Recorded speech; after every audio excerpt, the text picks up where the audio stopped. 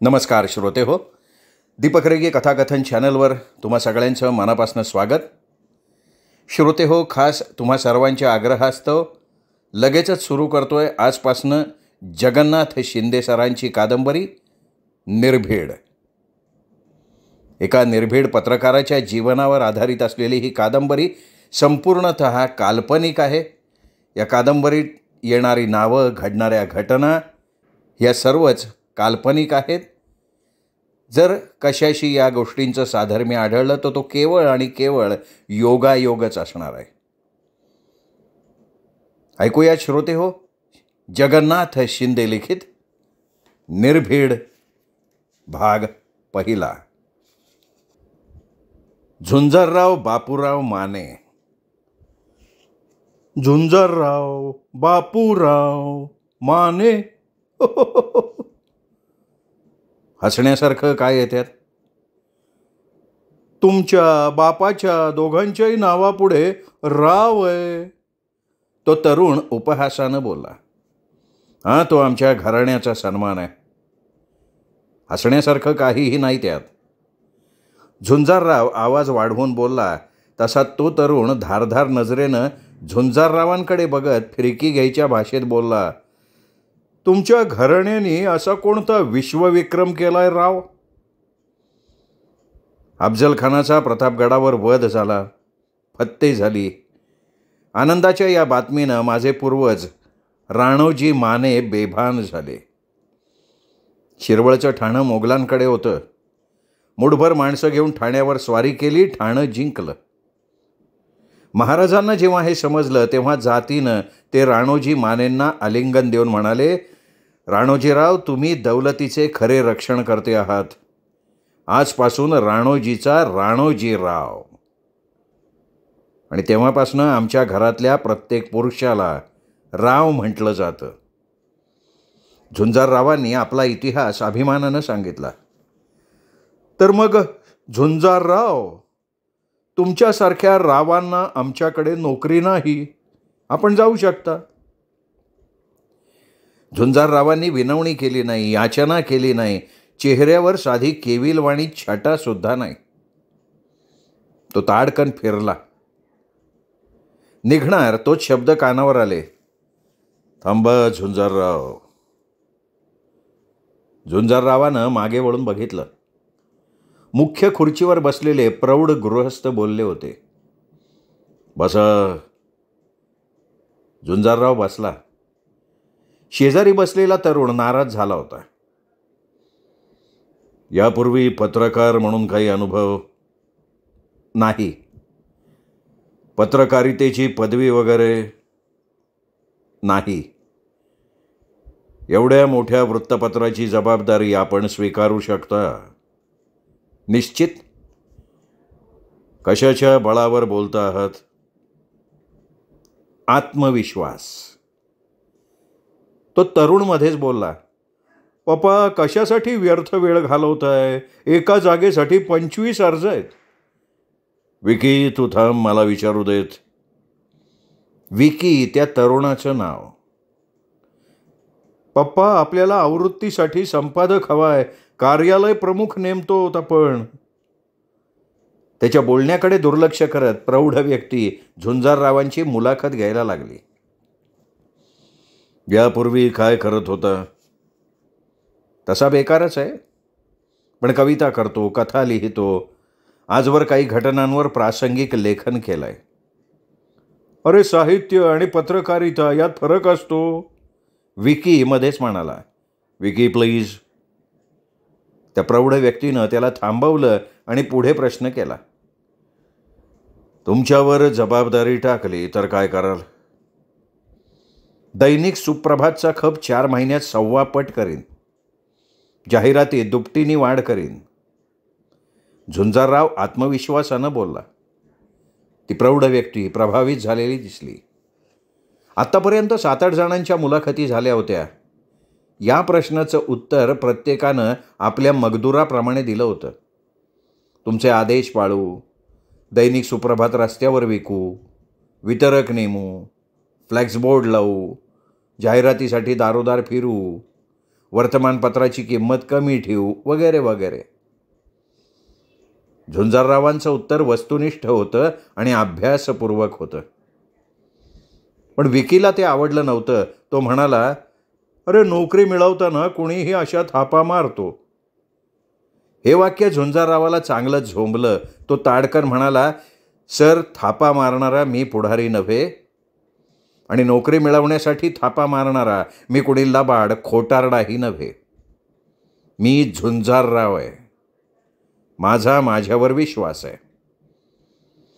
4 महिन्यात 1.25 पट वाढ आणि जाहिरातीत 2 पट वाढ झाली नाही तर मी पगारसुद्धा न घेता निघून जाईन.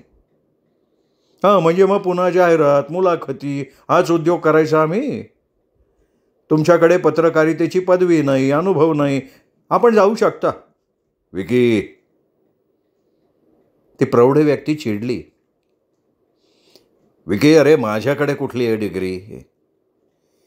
या मृत्युंजय महामुनींनी दैनिक सुप्रभात सुरू केला तेव्हा कोणता होता अनुभव? होता फक्त आत्मविश्वास. आज मला तो या तरुणात दिसतोय. अरे तुमचा काळ वेगळा होता पप्पा. अरे माणसं त्या काळी होती तशीच आजही आहेत. हे बघ, पत्रकारितेची डिग्री बघून कोणी पेपर घेत नाही. पेपर वाचकाच्या किती अपेक्षा पुऱ्या करू शकतो यावर त्याचा खप अवलंबून असतो. जनमानसाचा कानोसा या झुंजाररावात दिसतोय मला. याचा अर्थ तुम्ही निश्चितच करून टाकलंय? माझ्या या क्षेत्रातल्या अनुभवानं तरी निश्चित. तर मग पुढच्या उमेदवारांच्या मुलाखतीचा फार्स कशासाठी? सर, एक विनंती आहे. झुंजारराव पटकन उठला. काय आहे? विकीनं चिडून विचारलं. माझी विनंती आहे सर, आपण राहिलेल्या उमेदवारांच्या मुलाखती घ्याव्यात. माझ्यापेक्षा हुशार माणूस कदाचित असू शकेल. अजिबात नाही, अजिबात नाही. झुंजारराव, तुम्ही बाहेर थांबा. आजच्या आज मी तुम्हाला ऑर्डर देणार आहे.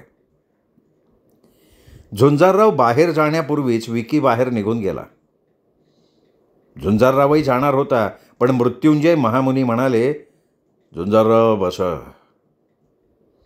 झुंजारराव तसाच उभा. अहो बसव. आमच्या विकीचं काहीही मनावर घेऊ नका. पत्रकारितेचा कोर्स केला आणि डायरेक्ट संपादक व्हायला निघालाय तो. बसा बसा. झुंजारराव बसला. काय घेणार? चहा, कॉफी? कॉफी. का?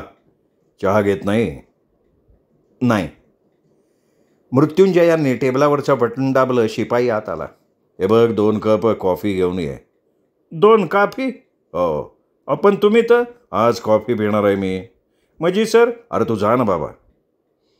आणि बघ, बाहेर थांबलेल्या पोरांना जायला सांग. आणि त्यांचे इंटरव्ह्यू? तुला सांगितलं तेवढं कर रे. पण ते उमेदवार नाराज नाही होणार का? मी त्यांचा वेळ का वाया घालवायचा? माझं इप्सित साध्य झालंय. ये तू. शिपाई बाहेर गेला. झुंजाररावांना हे सारं अजब वाटत होतं. झुंजारराव ऐकून होता की दैनिक सुप्रभातचे संपादक मृत्युंजय महामुनी बाप माणूस होता. त्यांच्या लेखणीला धार होती. भल्या भल्यानं त्यांनी घायाळ केलं होतं. विशेष करून भ्रष्ट नेते, अधिकारी यांच्यावर त्यांनी आसूड ओढलेले होते. एक जहाल वृत्तपत्र म्हणून दैनिक सुप्रभातचा लौकिक होता. पण अलीकडे 4-5 वर्षात दैनिक सुप्रभातचा लौकिक कमी झाला होता आणि अशा संपादकांनी झुंजाररावांची आवड जपली होती. आज चहा न घेता ते कॉफी घेणार होते. मुलाखती थांबवून झुंजाररावांना नेमणूक देणार होते. कोणत्या पक्षाचं काम करता तुम्ही? नाही, अजून तरी नाही. नाही, तरीही पक्ष कोणता आवडतो? पक्षीय राजकारणात मला आत्तापर्यंत इंटरेस्ट नाही वाटला. वा वा वा, छान. पत्रकाराला, वृत्तपत्राला पक्ष नसतो. पक्ष कोणताही असो, चांगल्यावर चांगलं आणि वाईटावर वाईट लिहिलं पाहिजे. माझाही तसाच विचार आहे. वृत्तपत्र जनतेसाठी असतं. वा वा, छान. मृत्युंजय महामुनी झुंजाररावाच्या प्रत्येक वाक्यानं प्रभावित होत होते. बरं, लिहिता कशावर? एक विनंती करू का? अवश्य. मला अहो जाहो नका म्हणून दडपून गेल्यासारखं होतंय. ठीक आहे, ठीक आहे. सांग. काय काय लिहिलंयस? 25-30 कथा, 40 कविता लिहिल्या आहेत. काही साप्ताहिकातनं, मासिकातनं प्रकाशित झाले आहेत. पुस्तक एकही नाही. प्रकाशक मिळत नाहीत, कारण माझ्या कथा, कविता मिळमिळीत नाहीत, स्फोटक आहेत. वा, छान. आणि घरी कोण असतं? आई. वडील? बालपणीच गेले ते. ओ, आय एम सॉरी. आता पगाराचं बोलूयात. बोल, किती पगार देऊ? 15,000. 15,000? शक्य नसेल तर चर्चा नको. घरभाडं, दोघांचा महिन्याचा खर्च मी 20 देणार आहे. सर, एक अट. आपलं दैनिक समजून काम करायचं. मी माझं दैनिक म्हणूनच काम करणार आहे आणि वाचकाला सुद्धा माझं दैनिक म्हणून अनुभूती देणार आहे. सर, दैनिक सुप्रभात वाचायला नाही ना मिळाला तर वाचकांना अस्वस्थ व्हायला हवं. वा, छान. हां, आणि 4 व्हीलर गाडी ड्रायव्हरसुद्धा दिला जाईल. सर, दैनिक सुप्रभातचे संपादक कार्यालयामध्ये पायी चालत येणार नाहीत. शिपायानं कॉफी आणली. कॉफी घेता घेता दोघं बोलायला लागले. सर, माझ्या काही अटी आहेत. मृत्युंजय महामुनी बघतच राहिले. सर, माझ्या कामात मला कोणाचीही ढवळाढवळ चालणार नाही. मी सुद्धा तुम्हाला ढवळाढवळ करायची संधीच देणार नाही. वा वा, छान. माझ्या कार्यालयात माणसं ठेवणं, कमी करणं, शिक्षा करणं हे सगळं मी बघणार. अरे पण सर, अजूनही मला आपण ऑर्डर दिलेली नाही आहे. आपण विचार बदलू शकता. तसं म्हणजे मी दैनिक सुप्रभातचा विचार करणार आहे सर. आणि जो करणार नाही त्याला दैनिक सुप्रभातमध्ये काम करायचा अधिकारच नाही. वा वा, अट मंजूर आहे. दैनिक सुप्रभातच्या फायदा तोट्याचा विचार किमान 2 महिन्यात करू नये. याचा अर्थ शेतकरी किती धान्य पेरलं याचा हिशोब नाही ना ठेवत. ठीक आहे, पण 2 महिन्यांनी वाढ झाली नाही तर ती जबाबदारी माझ्यावर. ठीक आहे, तुझ्यावर विश्वास टाकलाय. तो विश्वासच माझ्या तोंडातून बाहेर पडतोय सर. तेवढ्या शिपाई नेमणुकीचं पत्र घेऊन आला. त्यावर मृत्युंजय महामुनींनी सही केली आणि पत्र झुंजाररावांना देत म्हणाले, 1 तारखेला हजर हो. सर, उद्या का नको? अरे, 1 तारीख काही लांब नाही आहे. आज 26 तारीख आहे. व्यवहाराला सोपं जातं. मी उद्या हजर होणार आहे. अरे पण नाही, पगाराच्या व्यवहाराला 1 तारीख राहू द्या. ऑर्डर बदलून देऊ का मी? नाही, नको सर. तो उठला. झुंजारराव, अडीअडचणी माझ्या कानावर घालत चल. कोणत्याही क्षणी फोन कर. तो बोलला नाही. मृत्युंजय महामुनींच्या पायाजवळ वाकला आणि बाहेर पडला. विचारचक्राला गती होती. एसटीच्या गतीपेक्षा अधिक गतीनं विचार धावत होते. काम नव्हतं. खरं तर वर्तमानपत्राशिवाय कामच करायची इच्छा नव्हती. तसं MIDCत काम मिळालं असतं. सुपरवायझर, क्लार्क निश्चित होता आलं असतं. जवळचे मित्र, नातेवाईक आग्रह करत होते, पण मन तयार नव्हतं. मन बंडखोर, सतत आसूड ओढणार. लिहावं, कोरडे ओढावेत, पण संधी नव्हती. प्रयत्न केला, वार्ताहर व्हायचं, पण तिथेही बंधन. बातमीला सेन्सॉर. संपादक सांगतील त्यांचाच उदो उदो. स्वभावात बसणारं नव्हतं. पूर्ण स्वातंत्र्य हवं होतं. मनोराज्यच सगळं.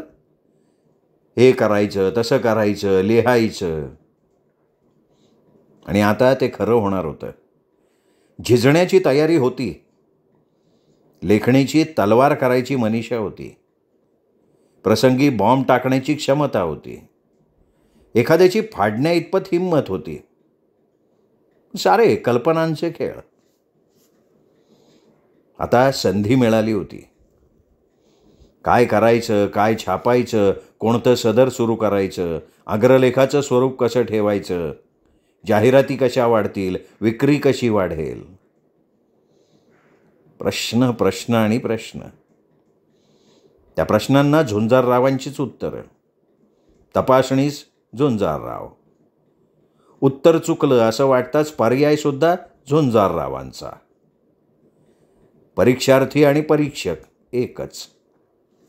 सकाळी सकाळी दैनिक सुप्रभातच्या कार्यालयात पोहोचण्याचा विचार होता, पण स्टँडवर उतरला तेव्हा 7 वाजले होते. उद्या सकाळी कार्यालयात जाण्याऐवजी आत्ताच का जाऊ नये? डोक्यात आलं आणि पावलं दैनिक सुप्रभातच्या कार्यालयाकडे वळली. कोण हवंय? स्वागत कक्षातल्या बाईनं कपाळाला आठ्या पडून विचारलं. झुंजारराव गोंधळले. कार्यालयातल्या कोणाही व्यक्तीचं नाव माहिती नव्हतं. नाव कोणाचं सांगणार? काय बातमी घेऊन आलाय का? त्या बाईने विचारलं. इथे बातम्या आणून दिल्या जातात. प्रत्येक पक्षाकडे प्रसिद्धी प्रमुख असतो. ते बातमी फोटो घेऊन येतात. पत्रकार नाही का जात कार्यक्रमांना? हो, तुम्ही माझे काय बॉस आहात का? कशाला प्रश्न विचारताय? जाऊ शकता तुम्ही. मला कार्यालयाच्या सहसंपादकांना भेटायचं आहे.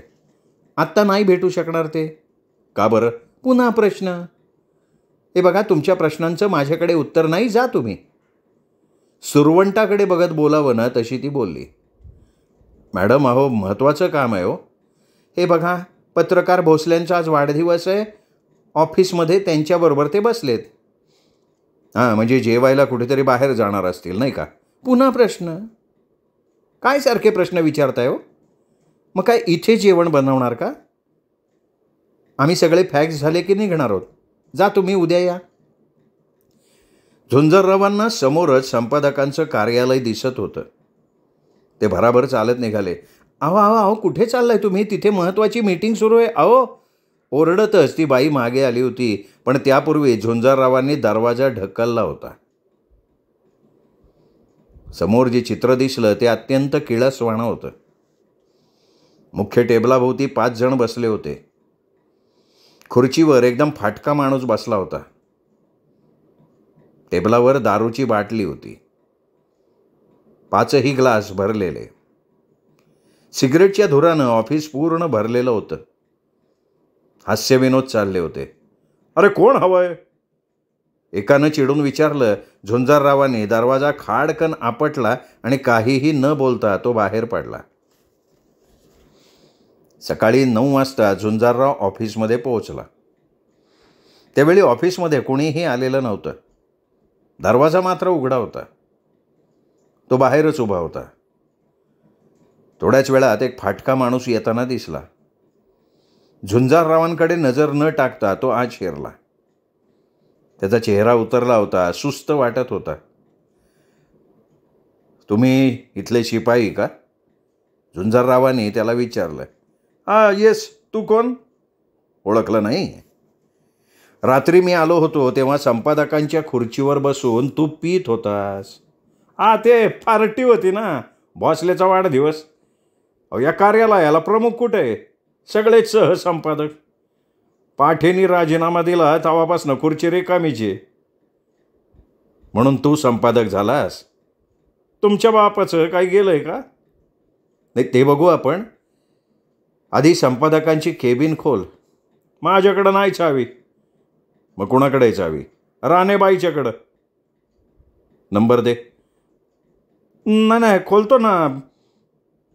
मग काय रे भाऊ, एवढी दादागिरी करणारा तू कोण? मी या कार्यालयाचा प्रमुख झुंजारराव माने. माने? त्याची बोबडीच वळली. चल, पहिलं ऑफिस उघड. ऑफिस म्हणजे रात्रीची बाटली, ग्लासेस सगळं तसंच आहे ना? हां साहेब. पहिलं ऑफिस साफ कर. करतो ना साहेब, करतो, लगे करतो. तो केबिन खोलून आतमध्ये गेला. झुंजारराव ऑफिसच्या बाहेरच उभा राहिला. झुंजाररावला अंदाज होता, शिपाई फोन करून इतरांना कळवणार. आज ऑफिसचे लोक लवकर येणार. पण कुठलं काय? रमत गमत 2 वाजेपर्यंत सगळे आले. झुंजाररावांनी 3 वाजता सगळ्यांना आपल्या कॅबिनमध्ये बोलावून घेतलं. सर्वांचा चेहरा निर्विकार होता, बेफिकिरी होती. झुंजाररावांनी बोलायला सुरुवात केली.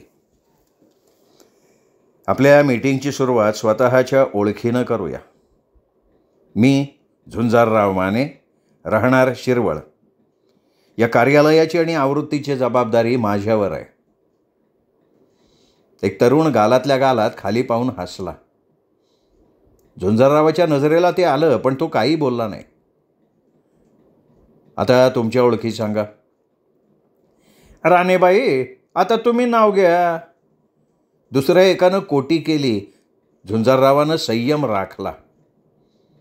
उलट म्हणाला, राणेबाई नाव आणि इथे कोणतं काम तुमच्याकडे आहे ते सांगा. मी सुनंदा बबनराव राणे, मी स्वागत कक्ष सांभाळते. राणेबाईंना वाटलं होतं काल संध्याकाळचा राग हा माणूस काढणार, पण तो बोलला नाही. राणेबाईंना बरं वाटलं. मी जगदीश धायगुडे, सहसंपादक म्हणून काम बघतो. शिवाय माझ्याकडे 2 सदर आहेत. बसा. मी शंकरराव श्रीखंडे, कवी, लेखक, पटकथा लेखक म्हणून मी प्रसिद्ध आहे. ते ठीक आहे, इथे काय करता? संपादन. पण छंद म्हणून. पटकथेचे लाखाहून मिळतात, पण टाईमपास हो आपला. एकेकानं आपापला परिचय सांगितला. आता झुंजारराव बोलायला लागला. दैनिक सुप्रभातच्या कुटुंबातले आपण सगळे घटक आहोत. तो वाढला, मोठा झाला तर आपलीही किंमत वाढणार आहे, आपलीही पत वाढणार आहे. आणि पगार? श्रीखंडे मध्येच बोलले. श्रीखंडे, टाइमपास करण्यासाठी इथं येणाऱ्यानं पगारवाढीचा विचार करू नये. तरीही सांगतो, 6 महिन्यात मी 1.5 पगार करीन. तुम्ही पगार वाढवणार? जगदीश धायगुडे हसले. जगदीश धायगुडे, आपण छान हसता. मगाशी तुम्ही हसलात. तुमचे दात मला दिसले, त्याही वेळी आणि आत्ताही. तुमचे दात पुन्हा पुन्हा पाहावेत असे अजिबात नाही आहेत. माने, हवं तर आरशाला विचारा. कुठेही आणि कधीही हसायला तो अनुमती देऊच शकणार नाही. मला काय म्हणायचं आहे ते समजलं? धायगुडेच्या तोंडातच मारली होती. दात दाखवण्याची त्याची हिंमत होणार नव्हती. पगार वाढवण्याचं मी आश्वासन देतोय, ते मला मिळालेल्या अधिकारातून. तसे मला खूप अधिकार प्राप्त झालेले आहेत. मी कोणालाही नोकरीतून काढू शकतो, नवीन माणूस ठेवू शकतो, पगारवाढीची शिफारस करू शकतो. मला वाटतं आजपासून तशी वेळ येणार नाही.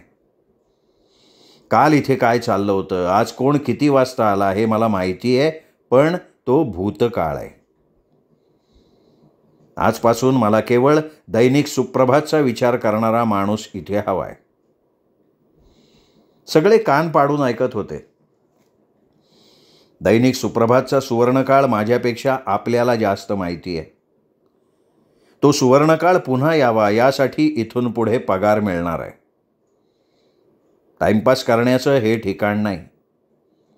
नगरपरिषदेनं त्यासाठी गार्डन्स उभारली आहेत, सिनेमागृह आहेत, चौकात चौकात बसण्याच्या जागा आहेत.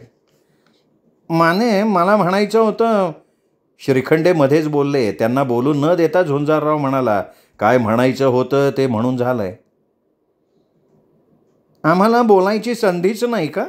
आहे ना, आहे. बोलण्यापूर्वी एक सांगा श्रीखंडे, तुमच्या कथा पटकथेवरच्या एखाद्या चित्रपटाचं नाव सांगा. श्रीखंडेचं तोंड बंद झालं. बोलण्याची संधी दिली आहे, बोला. श्रीखंडेचं तोंड बंद. श्रीखंडे, तुमच्या संसारासाठी लागणाऱ्या दाणा पाण्यासाठी तुम्ही इथे येता. मला जास्त बोलायला लावू नका. हे पाणी काही आवर आहे हे श्रीखंड्यांनी ओळखलं. बोलावं तर चालते व्हा हे ऐकायची वेळ येणार, ते काही बोललेच नाहीत. तर माझ्या मित्रांनो, आजपासून आपण केवळ सुप्रभातचाच विचार करणार आहोत. मी तुमच्यावर माझं मत लादणार नाही. तुम्ही अनुभवी आहात, तुमच्याकडे कल्पनाशक्ती आहे, तुम्हाला पुरेपूर संधी मिळेल.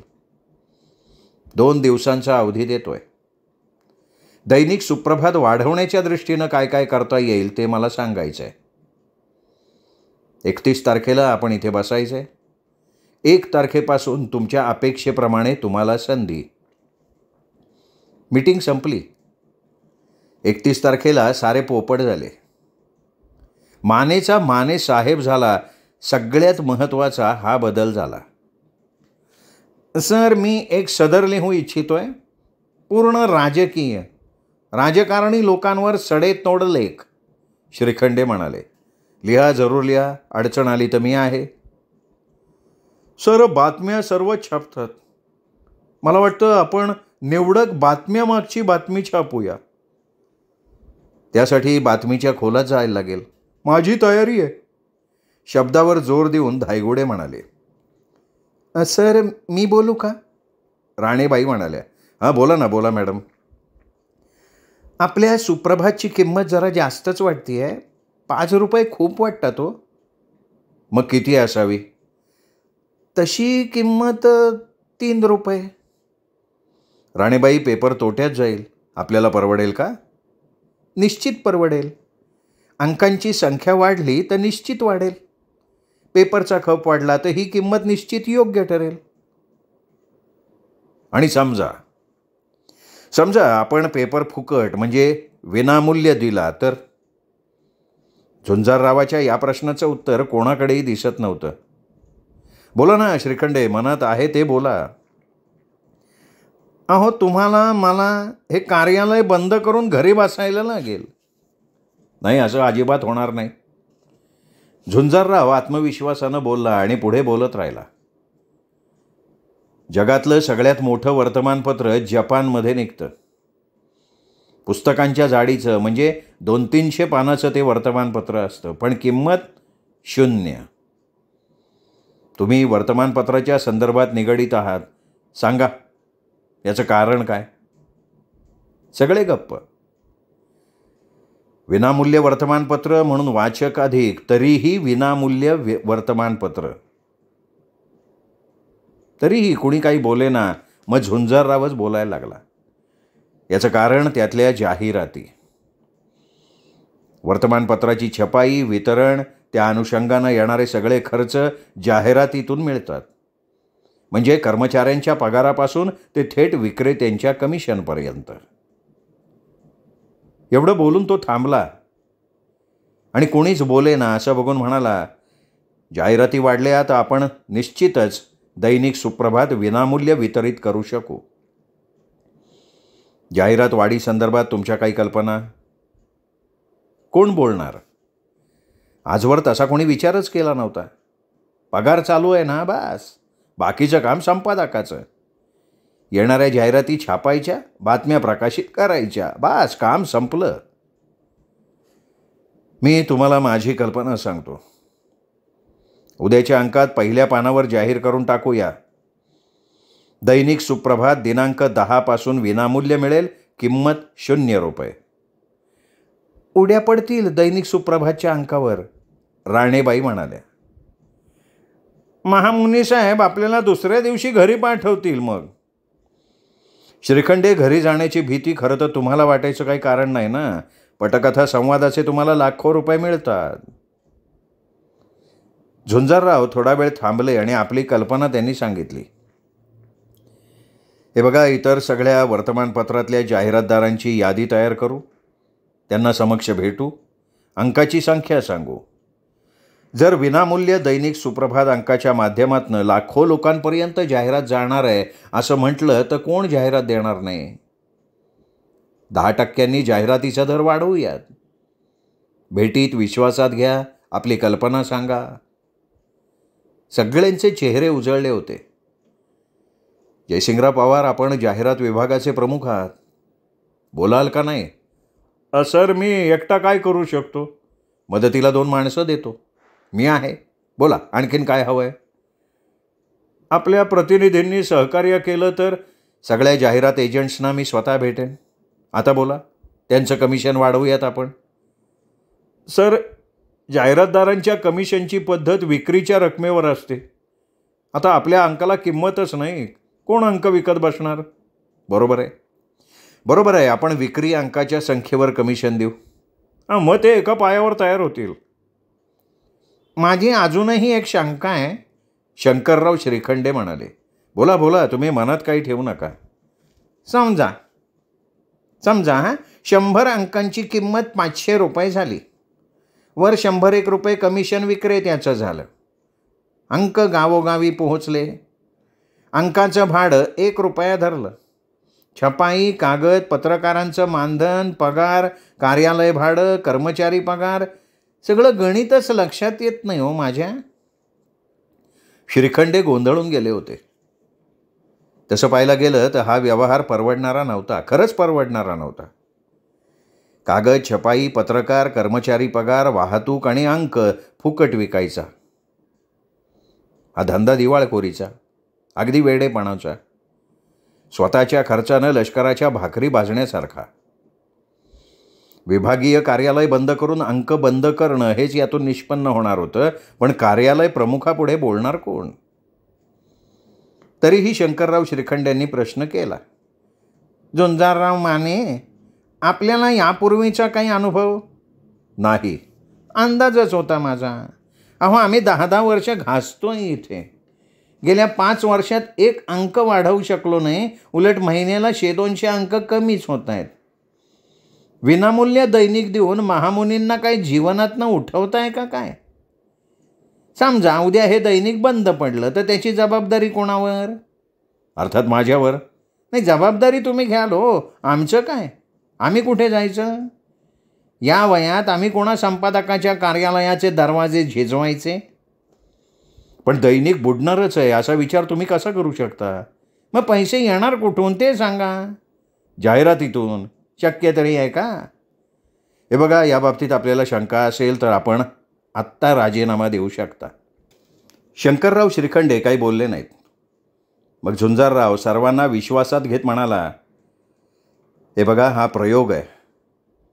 घराघरात दैनिक सुप्रभात जाण्यासाठी हा केलेला प्रयोग. पेरणी म्हणा हवं तर.